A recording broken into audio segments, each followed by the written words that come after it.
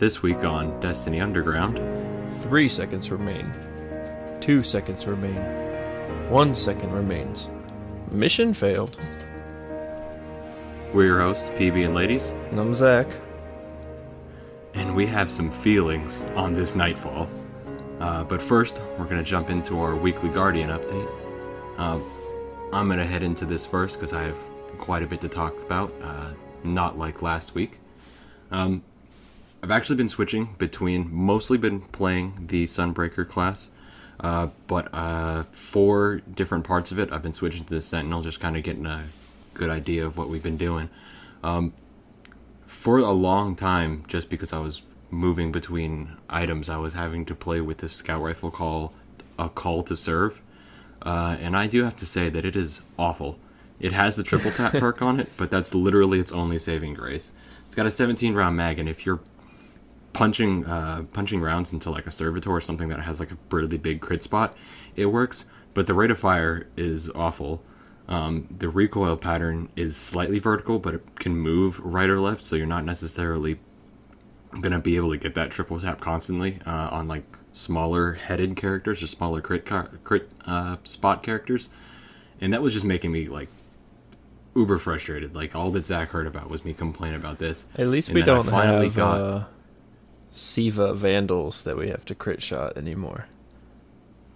Yeah, but it seems like it's harder to crit shot on this game. I agree. In general, and I think it's because like a lot of what we see are like Fallen, and they just move in a completely different way that we're used to in the game, and the Cabal do as well. So it's just it might be getting used to the game, or they might have just changed the zones. Yeah. But once I was finally able to like graduate from a Call to Serve, I was so happy. I got this pulse rifle that Zach swears by that I just completely despise. It's called the Lincoln Green. It's fantastic. The little lore piece of that says the survivors of that day chose not to remember.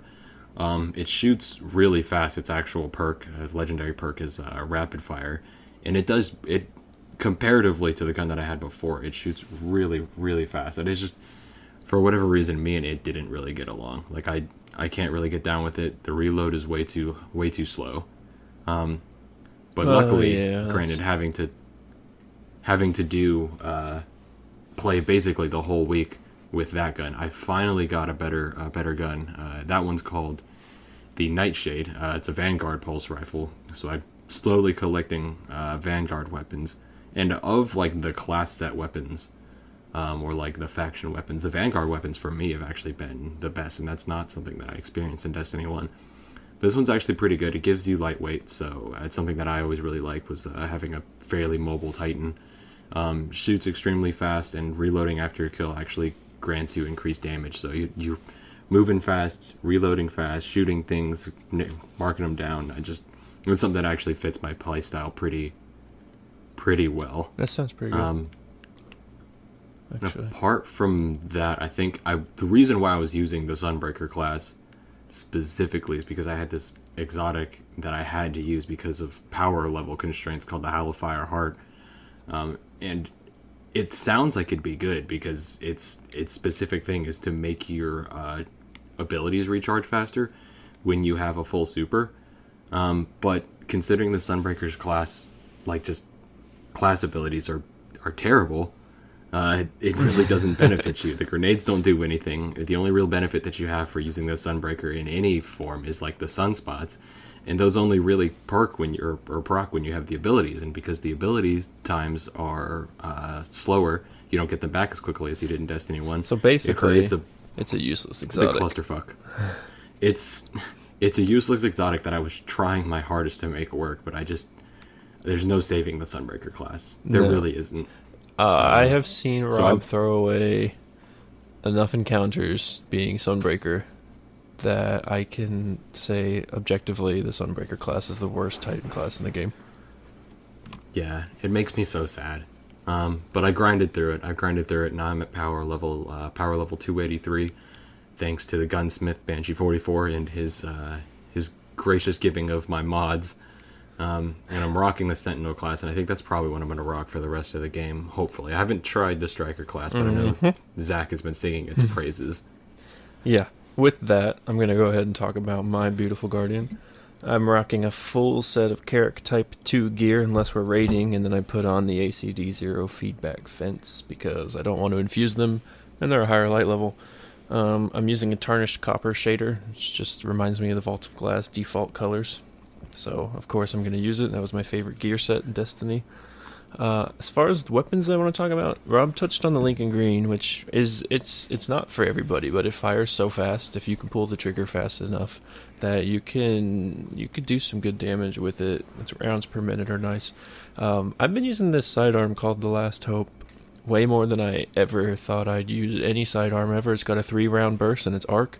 It's absolutely destroying people. In this week's Nightfall, I noticed it's doing really good in the raid also, because for some reason I run out of primary all the time. And that doesn't, like, it's not too bad. Other than that, I haven't really changed too much. I'm still using Merciless because there's no reason not to use Merciless at all yet. I'm rocking Striker, double pulse grenades. You can't beat double pulse grenades either in PvP or PvE, especially since I've put mods on all of my gear to increase arc ability recharges. You just pop 2 pulse grenades down on an enemy and he's gonna die. So that's basically my Guardian. If you get a chance to use that Last Hope, I'd give it a shot before you just dismiss it for being a sidearm. I guess that's because it's Amalon. It's a good gun. It has good recoil control. Yeah, the sidearms are something that's actually reworked in this game, and I really like them. Not necessarily for like, it's not like an all-around weapon that you could use, but it's definitely something like the sidearm specifically, or something that I've looked at for PvP. If just that. So yeah, the sidearms are really interesting. This one being arc and having 3 rounds makes it really fast to pop down elemental shields because of the 3-round burst. Speaking of PvP, the community has spoken, and apparently MIDA Multi-tool is the best weapon, ever. Period. It is top 5 best guns in Destiny. MIDA Multi-tool. Yeah, the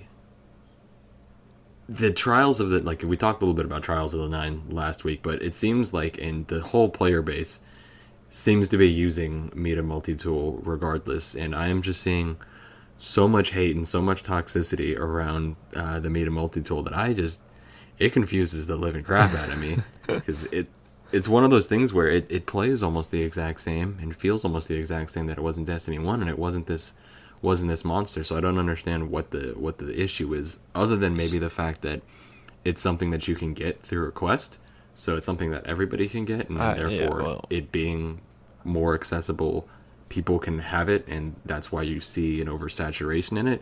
But I don't think it's by far like a dominating weapon like everybody's giving it out to be. So if you've heard about it, I haven't seen MIDA Multi-tool in Destiny 2 yet because I don't have it. But in Destiny 1, I would outshoot MIDA Multi-tool users with Hung Jury because I used Hung Jury in PvP like trash. So it can't, with time to kill being even longer in Destiny 2, I just don't see it. Maybe they just, because it has good stability and they're just not good at aiming. I don't know. The high impact rounds make your gun, like your reticle, pop up a little bit faster, and it makes it harder to like aim down the sights and actually reacquire your target. That, and the fact that MIDA gives you more mobility, so you're a little bit faster, you know, be able to get in and out of your breaks a little bit quicker. And the third eye perk, which gives you that radar when you're aiming down the sight. Like, it allows you to get the drop on anybody, but it's not something that's like, all of these aren't game breaking. They just allow for like certain people's play styles to be a little bit better, and that's a lot of that reason is the reason why I used MIDA a lot for specific maps in PvP. But the oversaturation of this and the toxicity around MIDA, I think, is something that's completely hilarious. Yeah. It's something to where if you put in the work and you look at your loadout and you communicate, nobody using MIDA should really, you know, be an issue, and the whole team using MIDA shouldn't be an issue as long as you communicate. So that's the takeaway from that. I don't want to see Bungie nerf it. Because then that creates this whole cycle like Destiny 1 had, where you're just playing catch up for the rest of every other archetype, you know? Yeah, because originally in Destiny 1, they nerfed Suros and Vex Mythoclast, the two like exotic auto rifles that came out in the very beginning into the ground, and like they really never recovered, and their archetypes, as far as gun archetypes, never really recovered. So I don't want to see like the scout rifles get nerfed into the ground, just because like there's an oversaturation of people using MIDA, because it's easy to get and it's fun to use. But Bungie goes by like analytics, and the way they look at their stuff is that if a lot of people are using the gun, then there's obviously a problem, so they need to adjust. So it's not necessarily true. I hope it doesn't. No, I hope it doesn't cause anything. Maybe they just. I feel like if they rework the like high caliber rounds or the staggering rounds or the armor piercing rounds, that would actually be that would probably be more than enough, because people would be able to fire back and it wouldn't be an issue. Just don't but overall, hit. I mean, like it's leveling past, and MIDA actually falls into this a little bit too. But leveling past 260, that soft cap, has actually been something that both of us have been found pretty. I don't want to say difficult, but challenging. Like it's a different part of the game. Like once you get to like that soft cap of 260, 265, you enter a different portion of like the end game. It's not forever 29 levels of bad, but it's definitely slow. It basically becomes this thing where only an exotic engram or a weekly milestone is going to level you up. Yeah, and those exotic engrams like MIDA Multi-tool that you might get from quests or from public events are the only thing that you can really get.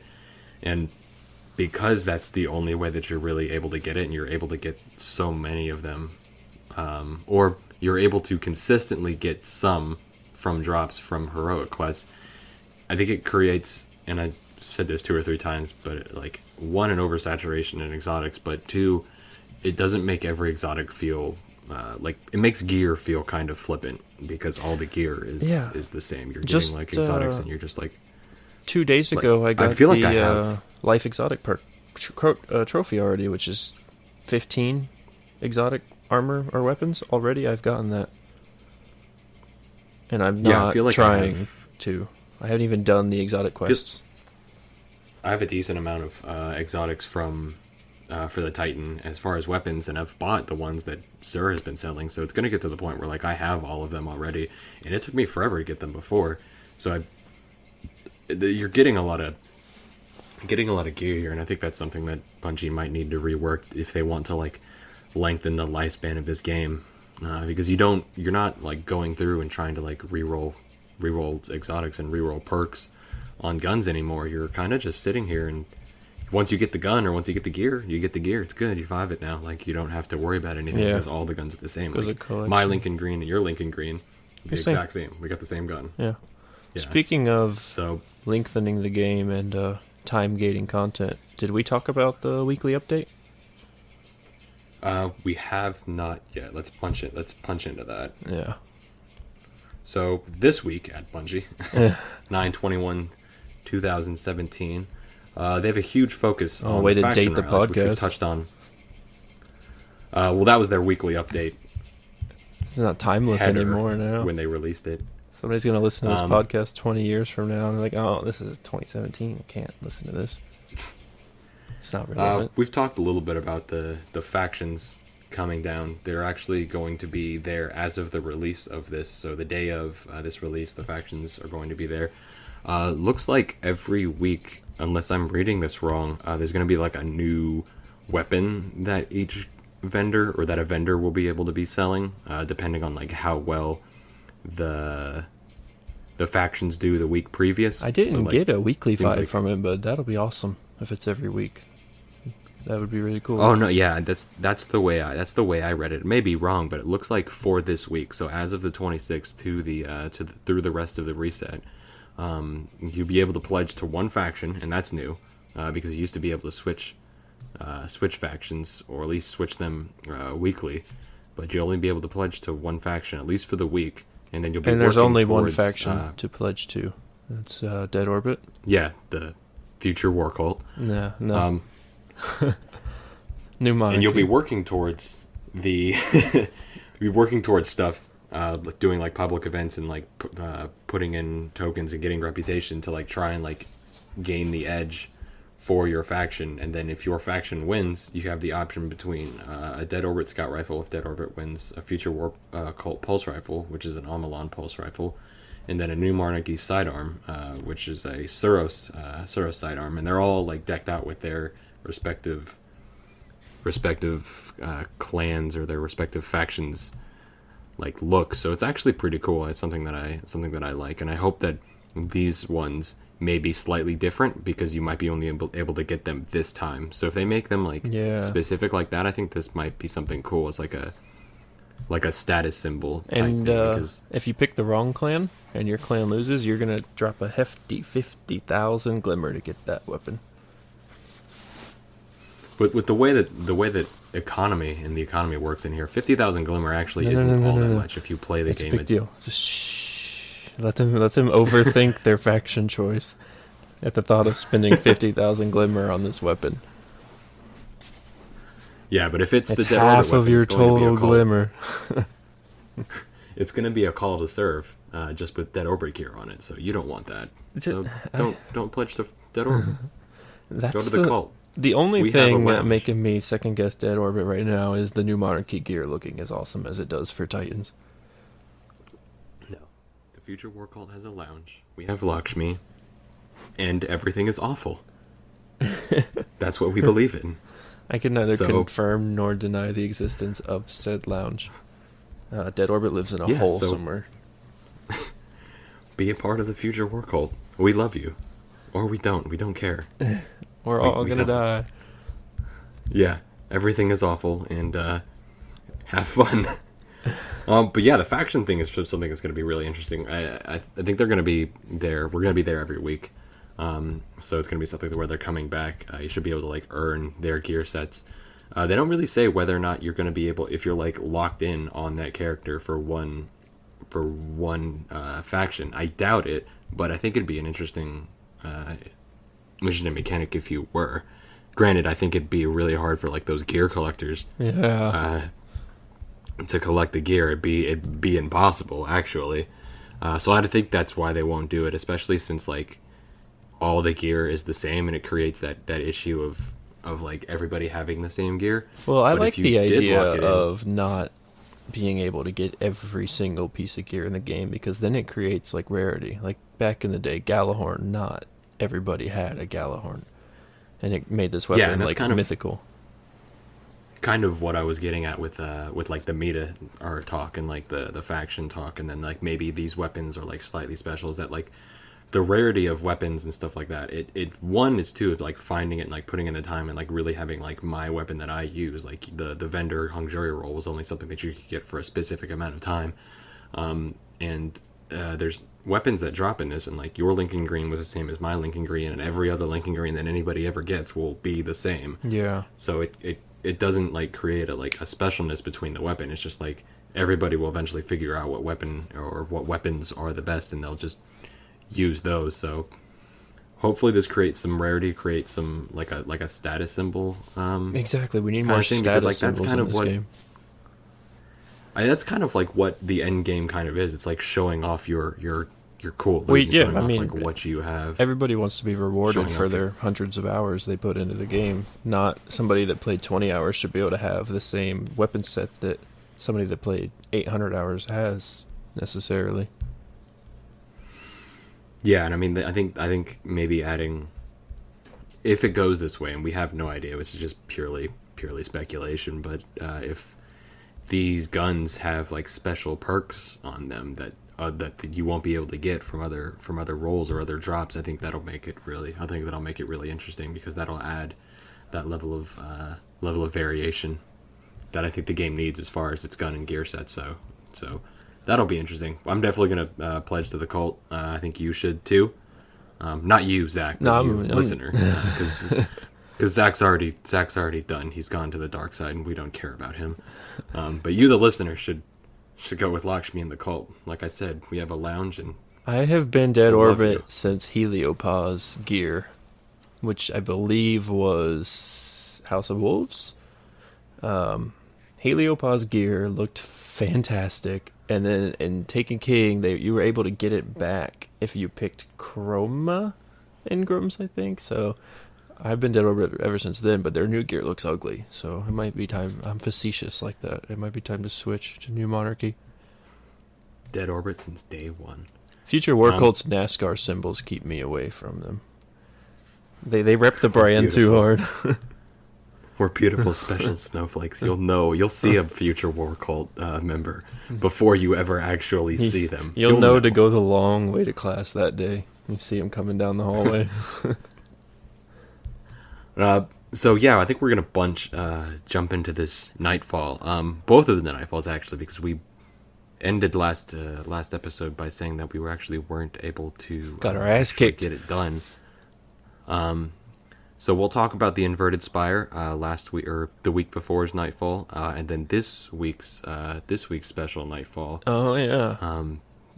Going into it, I just want to say that we left off last week with me saying we were going to two-man the Nightfall, and Rob reluctantly said eventually. And that ended with us two-manning the Nightfall the next day.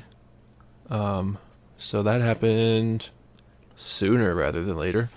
That Nightfall was fun. Inverted Spire was fun. It was timed, but most of the strike was optional, so it was like figuring out the fastest way, the most efficient way to do the strike. When was the soonest time you could pull out your Sparrow?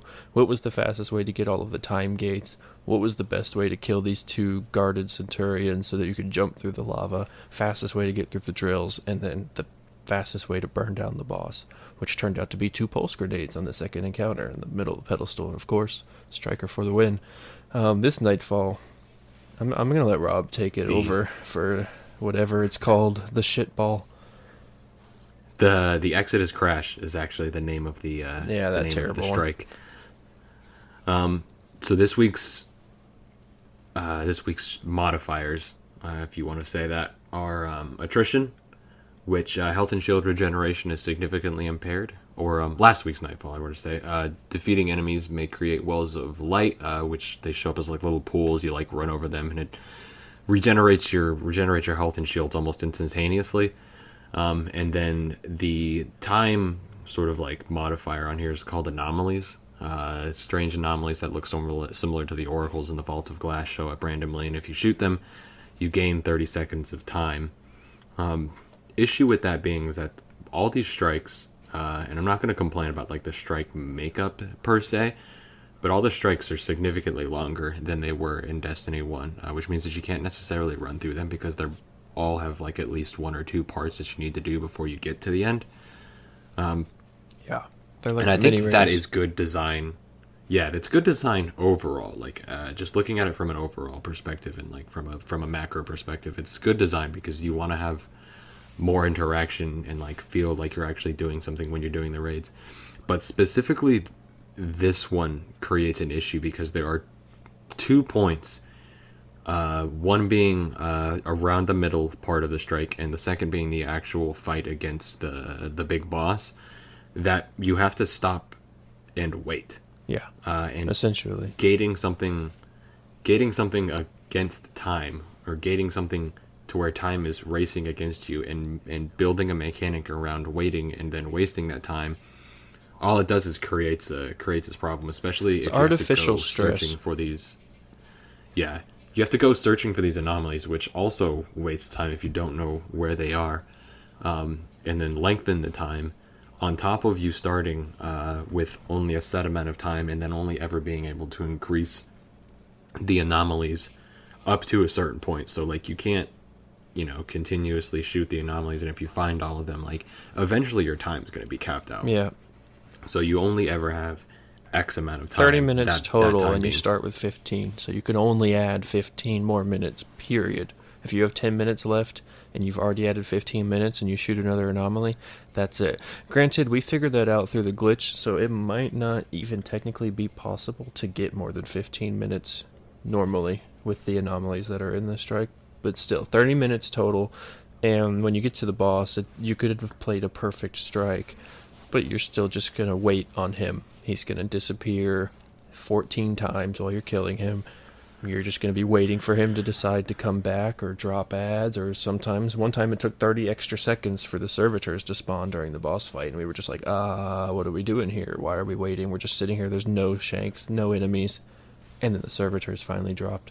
So also, I want to couple that with this isn't a problem per se, but in the Nightfall, the enemies seem to be way more accurate and way more aggressive. And the problem with that is, I feel like the rest of Destiny's PvE is too easy. I feel like the enemies aren't accurate and they're not as aggressive. So you're not acclimated to it. It wasn't like a slow, because in Destiny 1 you had heroic difficulty for every single story mission, every strike, everything had a higher difficulty level where the enemies were stronger and more accurate. You don't get that here, so I feel like it was such a change for us. Like when we're on our Sparrows, I'm going to get headshot immediately by a Vandal because they've been missing, like say if you ride your Sparrow in the patrol zone, they'll never hit you. So I feel like there needs to be a more consistent slope of difficulty, because you hit 260, a 240. Let's put it that way. We're 275, 280 doing this Nightfall, and it's a recommended 240, and we're getting absolutely destroyed by these Vandals or these Pikes. There needs to be a more consistent slope of difficulty, or the ability for us to play other things on harder difficulty, so that we as players have more opportunities to get better at the game, rather than just the Nightfall or just the raid where the enemies are harder, if that makes sense at all.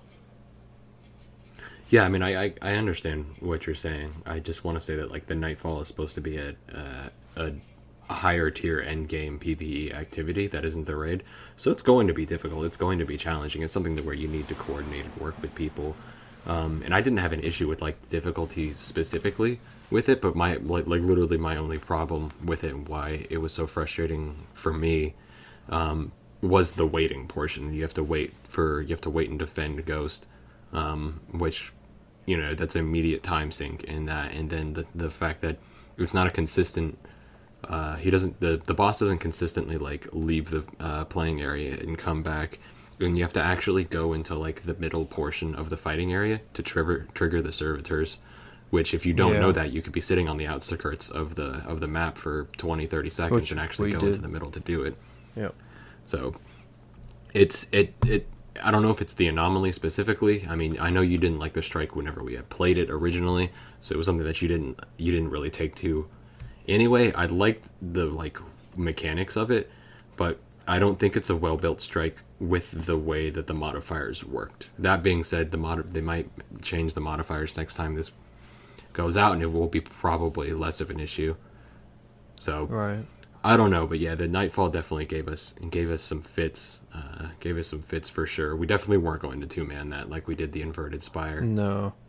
I guess I want to reiterate my statement. It's not that I thought the AI was too hard in the Nightfall.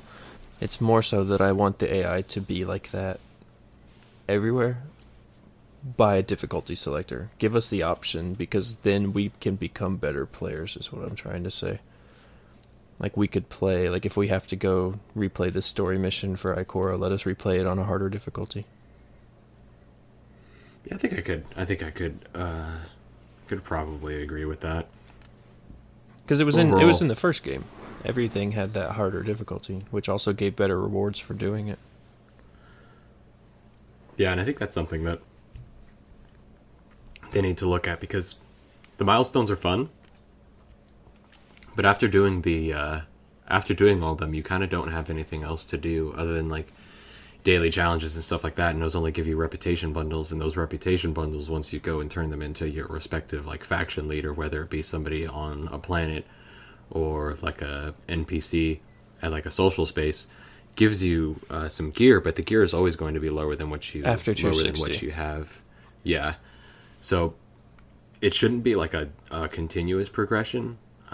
But with like the heroic dailies and stuff like that, you always felt like there was something, like there was more power to get. And that might just be because like I said, and I've probably said this 2 or 3 times, but every gun and every piece of gear or armor that you have is the same. So you're not ever really working towards something. Like, you're never trying to get that like god roll Iasa Luna that you needed to get in Destiny 1. Exactly. So it's interesting. It's something that I think they need to look at and need to maybe rework in like an expansion or like an overhaul, that the way they did with the Taken King. But we'll never really know. It might be too early to call it a problem exactly, because we still have to finish the raid and see how that goes. We don't know what their weapons look like or anything, but it's definitely something to look out for. Another 2 or 3 weeks in, how stale the game might be by that point, because you might get another drop and it's like, oh look, another Link in green.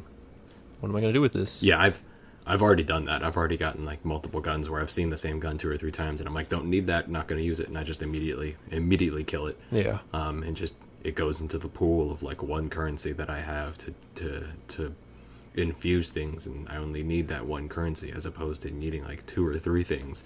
And don't get me wrong, I'm not a proponent of the Ascendant energies and Ascendant shards. I'm not saying we should go back to that way that we were doing things, but there needs to be something. They need to fix.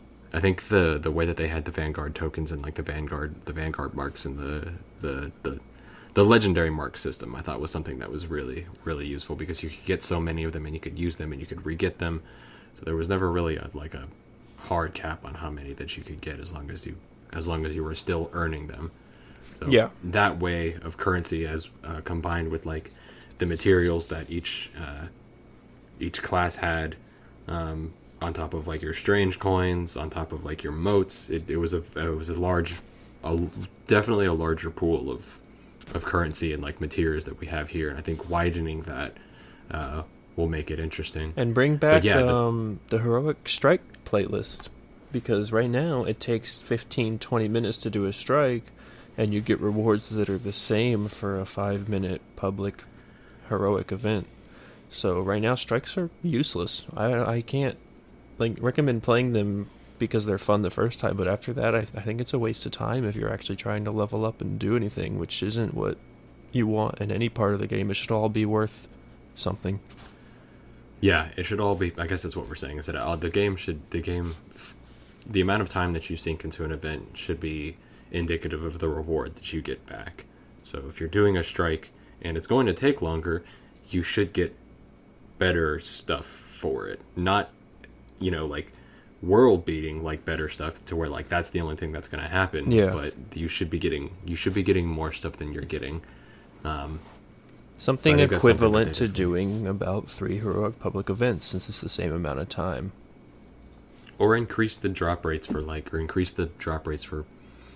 legendaries or exotics or something along those lines, or the way they did it with heroic strikes in Destiny 1, to where the longer that you stayed in the playlist up to a certain point, the better that your drop rates for stuff get, to the point where like if you may not get your perfect drop on that first strike, but you might get it 2 strikes in, because then now you've got your modifiers stacking at this point. So that's something I think they should look at as well, because gear balancing, I guess, like the theme of this episode for me is gear balancing, figuring out the perfect way to balance the gear in terms of doling it out, not making it too easy to level up, not making it too hard, but also making it something to where it's fun to get, and everything's a little bit different. Like it's always that like, oh, what did I get, instead of just I got another Lincoln. You can compare it to, and this isn't a good comparison, but I don't want it to be.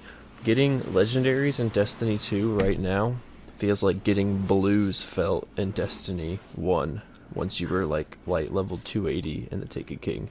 You never gave a shit when a blue dropped. We even had them put in a system where greens automatically turned into whatever currency they would have turned into when we held square on them. Legendaries right now, after you've gotten the first one, are essentially that. And in a game like Destiny, you want each drop to be a little sugar rush or a little high, where you're like, I got a drop. What is it? What is it going to be? So I don't know that taking the rolls away was the right direction. Yeah, and that rush is going to make you keep coming back, and it's going to create a feedback loop that hopefully will keep people playing the game. So we'll come back to this probably in a month's time and see exactly how we feel about this. But yeah, we're going to touch, I don't know if you wanted to touch a little bit on the raid. I know that there's a hard cap of about 305 right now. The prestige modes haven't dropped yet, and that may solve some currency problems, may solve some gear problems as well, so I don't want to call the game out specifically for that until we've seen all of the content that we're going to going to be accessing. Yeah. Um, I feel like we owe at least an explanation for why we haven't done the raid yet. And it's because, as a clan, we're doing it completely blind. So we're not looking up guides. We don't know anything. We're figuring things out on our own. So we're playing it actively. We've made it probably 50% or so in, just based on the things that pop up with Ghost. Made it to the part that's called the Gauntlet, whatever that is. Yeah. We beat the Pleasure Gardens with the dogs, which was something that I found really interesting. I think that's, for me, it's been one of the most fun raid encounters, both figuring out and playing it in the history of me playing Destiny. Yeah. So, I don't want to talk about it too much since we're still finishing it. We'll probably dedicate a whole episode to it. I don't want to say that'll be next week's episode because I'm actually going up to meet Rob, and we're gonna go to a concert this weekend. So that I don't know if we'll have time to finish the raid this week. So next week's episode might be more about the faction war that we have, because I don't want to say for sure we're going to get time to finish that raid.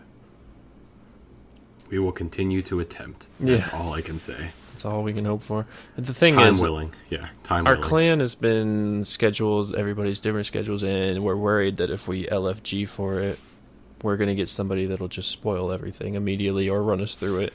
And that happened with Wrath of the Machine, and we never got the connection to Wrath of the Machine that we did with the Kingsfall raid, because our first run through was just somebody taking us all the way through it. And so we're trying to avoid that so that this raid means as much to us as it should, if that makes sense.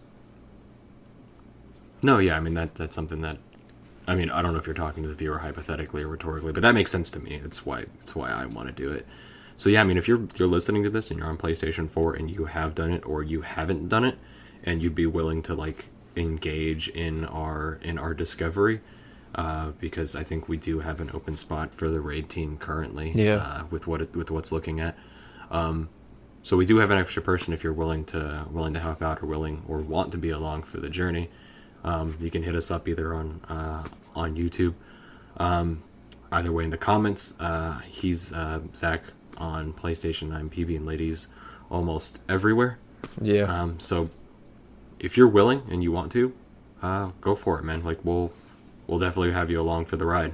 For sure, yeah. I mean, as long as you guys are willing to be patient, because sometimes it's right in front of our face and we just keep looking past it. But we like to think we're at least having fun while we're doing it. We can get a conversation going, and we'll definitely be glad to have somebody pop in. It'll help avoid the stress of us having it spoiled by LFG. All right, so all that being said, this has been Destiny Underground. As always, you can find us here on YouTube, on your various podcast platforms, Apple Podcasts, Google Play Music, Stitcher, and on the Towers Underground website, towersunderground.com, each Tuesday. Be sure to get the discussion down below, and until next time, eyes up, Guardians.